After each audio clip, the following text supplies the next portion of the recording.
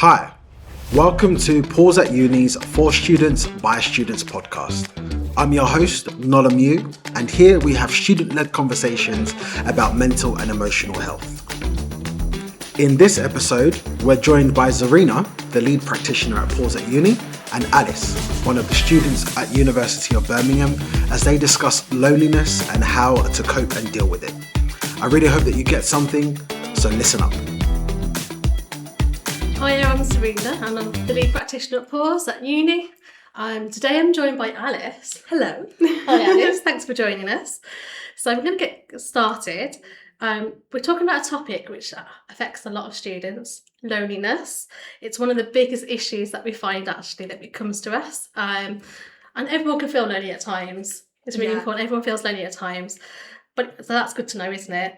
And it can be a temporary stage as well. So I just want everyone to know that. Yeah. So being alone is totally different to being lonely as well. Yeah, isn't it? definitely. Yeah. It's okay to have time on your own. That's totally normal. We need that to do our own things and things we enjoy. But on the other hand, we also see people that are surrounded by other people, don't they? Yes. And they can feel quite lonely sometimes. Yeah. Yeah. So let's kind of get started about what loneliness might be as well. I don't know what you feel, Alice.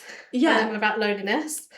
Have you got any thoughts around it, about what loneliness might be? Yeah, I think what you just said about feeling lonely even when you're around people, I think that's a kind of deep one. I think that really kind of is very relatable to a lot of people. Yeah. And I think especially at university as a student, you're always surrounded by people. Yeah. But I think we've all gone through stages where we feel quite lonely. Yeah. And I think it's really important to recognise that that's normal and it's okay. Yeah. But I think that's a really relevant one. Yeah. And it's quite hard to explain what loneliness is. I think it's quite a personal thing, isn't it? Yeah. So to me it's kind of a bit more, how do we connect with somebody? Yes. How do we feel that we're connecting with somebody? Do we feel that sense of belonging? We all need to feel heard, validated and valued and understood. Mm-hmm. But we're all different in how we experience that. So we have to be the ones to kind of know what loneliness feels like for us as well. Absolutely. Yeah, isn't it? You know what made me think a lot actually around loneliness, and more people exploring it a lot more, was when COVID hit. Definitely. I don't know if you were in university those times, and it was lockdown came. Yeah. And we're by nature we're social creatures, aren't we? Yeah, exactly. So, but we were told we couldn't socialise. There was like limitations, on these boundaries. Yes. Do you remember it all? Mm-hmm. To me, it's a bit of a blur. Yeah. Because it was so hard. It was a really tough time. I was in a weird stage because it was just before I started university. Oh, yeah. So it was quite a natural break, technically. Yeah. But I think when you're in education and you've got these long periods, kind of like that summer holiday period, where usually you will go out and you'll see people almost every day, suddenly just being completely on your own. It was a weird time. Yeah. But I think it really honed in what loneliness was for a lot of people. Yeah, definitely. It was a bit of a wake-up call, wasn't it? Yeah, it really was. How we actually need to have that chit-chat, day-to-day sort of connection with people. Just the little things, because I noticed that. Bouncing off things, and it's not the things that you'll necessarily think about. No. But they're the things that we probably miss more. And how we can't connect with other people. Yeah, so that stood out to me quite a bit, because I really felt it, and you're saying a little bit you felt it as well as a student. Yeah. You experienced here. 100%, yeah. I had a lot of experiences around that and how it was really hard. To me it's just a total blur. Yeah. I remember that time lockdown. Dream, yeah. I wonder what other thoughts you have around loneliness as well. Because I've kind of come across loneliness is different for everybody. And how they experience it. I don't know if you think that. Yeah. So it could be quite longing of sadness as well, a bit of worrying, longing for something. Yeah. Irritability, a number of things. Yeah. So I just wondered, does anything spring up for you around? I think loneliness? really, really similar emotions, that kind of like worry and sadness and feeling a bit out of place. Out of place. That's a good term.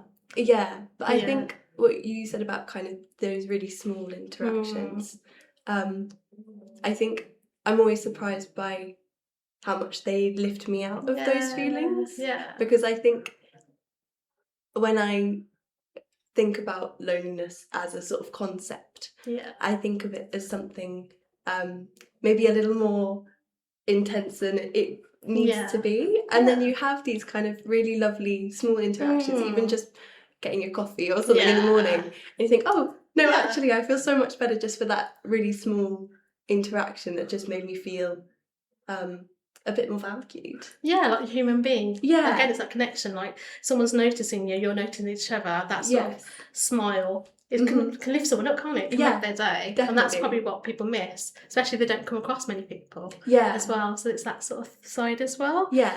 So is that kind of how you're feeling you might describe loneliness for yourself personally?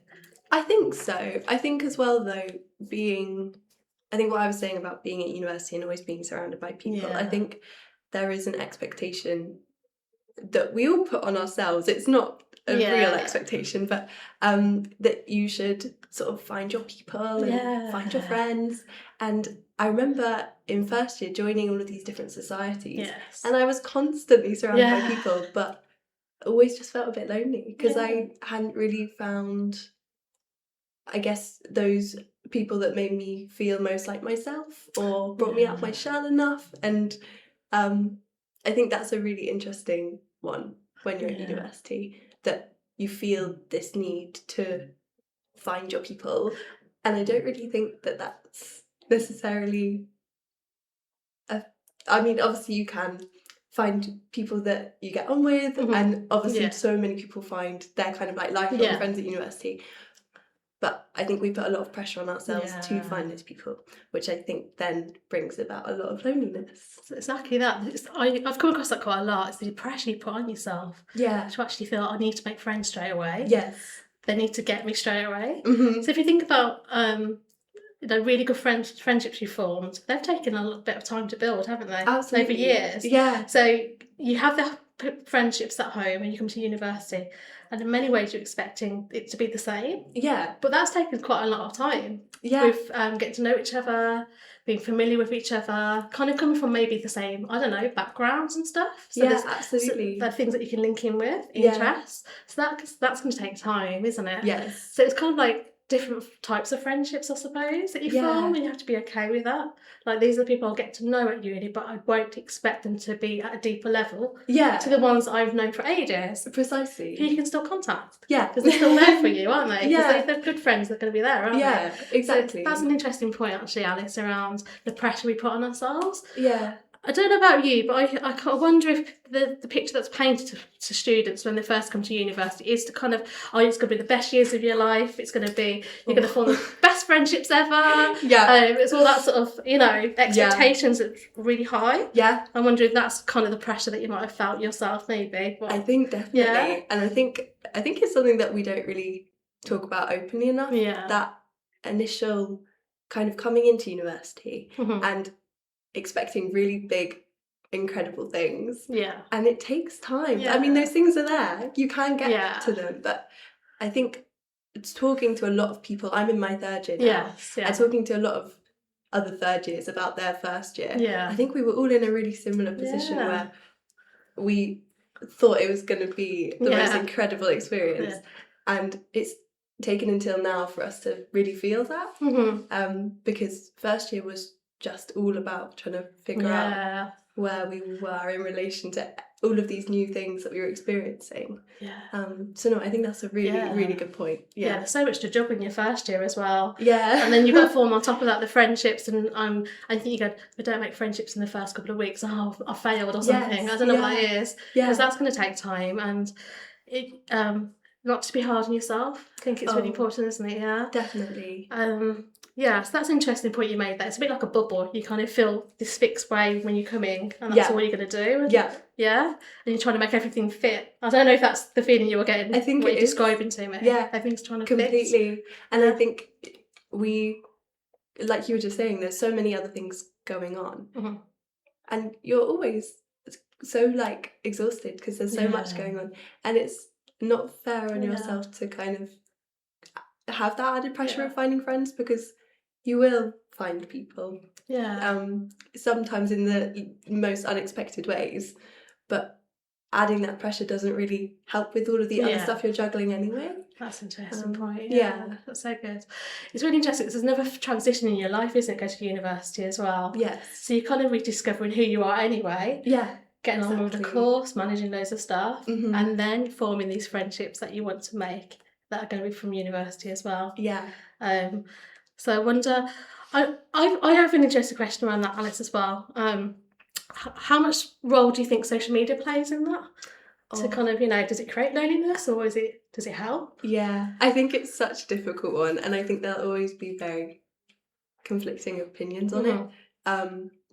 I think personally, it doesn't help me when I'm feeling lonely already. I think if I'm already in a state of feeling just a little bit down about kind of friendships or lack of, if I then go on social media and I scroll, I'm reminded of all the things that I don't have that maybe other people have, and I think then you can dig a bit of a hole for yourself. But I know a lot of people, on the other hand, actually find that quite a comforting experience, and there's obviously so many creators out there who share those experiences that are relatable, of feeling lonely and things like that. So I think it depends what kind of content you're finding on social media. That's exactly a good point there, Alice. Yeah. What actually are you looking at? And if it's seeing other people enjoying themselves, because we only put the best side of ourselves on there. And then it's kind of adding to a feeling of, oh, they're doing it, so there must be something wrong with me. Yes. That's adding to the deeper sense of, I'm not doing something right, isn't it? And that's, again, it's how you perceive that yourself, isn't it? And it's not that way, because it's only one glimpse, isn't it? Yeah. But then it can also connect people as well. Yes. Yeah, that's a really interesting point. We've talked a little bit around the loneliness and how it feels and stuff, but and also your experiences. It'd be nice to kind of think about some tips around what can help people, really, to kind of, break out of that sort of their comfort zone a little bit, to put themselves out there, to try and make friends. You mentioned societies. Have you got any tips around what you would share to kind of I think form friendships? What we were just talking about a second ago about kind of being patient with yourself is a really important one. I think we're all quite slow burners when it comes to building friendships, and I think sometimes you just have to recognise that even just having a small conversation with someone is a big win, and it's a big step. But in terms of kind of like practical things that you can do, I suppose, like we were saying earlier about these small interactions, just kind of saying hello to people and engaging in conversation, even if it's really quite small and quite sort of in passing. I think those can build up to make you feel like connected to people. Definitely. I like that. Just giving, like you said before earlier, about giving someone a smile, making that contact initially, going up, pushing yourself out your comfort zone a bit more, to sort of say, hi to somebody that you don't know, and not sticking to the same people as well. Say you're in lectures, you can speak to different people, because there's so many people out there. Well, that's the thing. I think students, I'm still making friends now. In your third year. And sort of university's nearly done, but I'm still making those connections. Because people want to build connections as well. I think we have to remember how we feel, and that we want to form those connections, so the likelihood is that everyone else also wants that. So everyone's in the same sort of boat. I think it's having some sort of confidence in yourself to put yourself out there a little bit, and that takes time. It does, if you're not in a good place. No. And you might be knocked back, or you might see some things differently from other people, but having the confidence in yourself is a big thing, isn't it? So you've got to go out your comfort zone initially, reach out, say hello, speak to different people, exactly, and join societies. And it's not easy, but it is a first step, isn't it? And but not putting too much pressure on yourself if you don't form friendship straight away, but you actually put yourself out there, connecting, like you're saying. I like the word connecting, because that's what it is, isn't it? I think that's exactly what it is. Noticing that. I think that's kindness shown to others as well, if you kind of notice people. Definitely. And I think with that whole sort of confidence building, I think it's obviously a lot easier said than done, kind of it's really starting those interactions. It's hard, isn't it? But I think when you do sort of start doing it more, you then become more confident, and then you get more of those interactions, and I think there is this kind of like circular thing where you end up feeling a lot better about things. Yeah, it's finding a common interest, isn't it? Like you did about your friendships at home. You find a sort of common interest, you have to talk about it. Yeah. I sometimes hear though, students go to society, so they're going to do something. Yes. And they focus on that something, but they're not really talking to each other. Yeah. So that might take place after the society. Yes. So they might need to go out their way and say, do you want to go somewhere else after? Yeah. And have another chat. So you kind of not just focus on one thing. Yeah. So that kind of forms naturally. I wonder if that's a thing that you've come across as well. Or, yeah. I think that's really true for I found it a lot with my course. Yeah. Because you go into lectures, you sit there, you get spoken at, you all leave. Yes, yeah. And I realised in second year that I didn't really have any friends that I did my degree with. Yeah. And I was kind of down about that because I thought, we clearly all have very similar interests, otherwise we wouldn't all be doing the same degree. And I think it is just kind of sitting down next to people, asking them how their weekend was, and engaging in those conversations so that you can then reach a point of saying, should we go grab a coffee after the lecture? And it's like little sort of building blocks, isn't it? I like that term, building blocks. That's exactly what it is, isn't it? It's going to take some time. Let's do a little bit at a time. Yeah. Let's connect that way. Let's be curious and interested in somebody. Exactly. Let's be kind and be ourselves. Be true to yourself. Yes. But actually go out your comfort zone a little bit and just take that initial initiation, sort of smile at someone and chat to them. Yeah. Yeah, and it builds it from there. Yeah, you don't precisely. know anybody until you start, exploring a little bit. Yeah. But it comes from a place of being confident as well, I think, inside doing that, isn't it? And that's not always easy, I do get that. I have heard students say, maybe all these things that we've mentioned about, but I've joined societies, I've tried everything you said, I've done everything, I've gone to do hobbies, but I still feel quite lonely. Yeah. But I think, I keep coming back to this kind of self-confidence thing. I think it comes from a bit of that. So maybe they might see a group of people together, and they're already friendships, so I can't join in with them. Yeah. So they don't tend to want to come into that circle. Yes. I've seen that quite a bit, because obviously we're creatures of habit. We do that for our own safety, but we forget. Yeah. So we kind of huddle together with people we know. Yeah. A lot of times, don't we? Definitely. Because that's what we always do. Yeah. But it doesn't mean that people can't come into that circle. No, exactly. But they don't have to do it. Yeah. I don't know if you've got any ideas, because that's a hard thing. I've heard that a lot. Oh. Say it's a second year, or say some of the friends have left university. Yeah. And they're thinking, I've got no one to talk to now. Because they were different years, and I've got no one to it's hard. I feel like I'm starting again. It's such a tough one. But you were saying you're forming friends now. Yeah. In your third year. So you've done something around that, Alice. Yeah. I mean, I think I was definitely one of those people in first year. I think I tried everything and felt nothing, kind of thing. Okay. And then the second year I just tried some more stuff, and I think at that point I was building a lot more confidence. I think confidence has come into it. But this year I joined some really random niche societies and sports, because I thought, why not? It's my last year, may as well just sort of go you put yourself out there. You went and it was really scary at the beginning. Yeah, it's scary. Like you said, people had already formed those connections. But I think at that point I just thought, well, I've not really got anything to lose. And I think that's another thing, is that when you do join, if you are sort of joining societies and things, if you then try and integrate yourself into these groups that you feel have already formed, the likelihood of people being mean or rude is actually really low. Yeah. They'll just be excited that you're wanting to introduce yourself. Yeah. And I think people who join groups and clubs and societies are all there because they like interacting with other people. So to them, they'll be making a new friend with you, offering yourself up, if that makes sense. It does make sense, yeah. So I think it is just about, as we've been saying, but putting yourself out there, as hard as it is, just making those small steps. Yeah, small steps, building blocks, one step at a time. I love it. I think that's great to finish. Have you got any final thoughts on this? Because it's been a really rich conversation we've been having, so I just wondered if you've got any final thoughts around such a big topic that I know will resonate with lots of students. Yeah.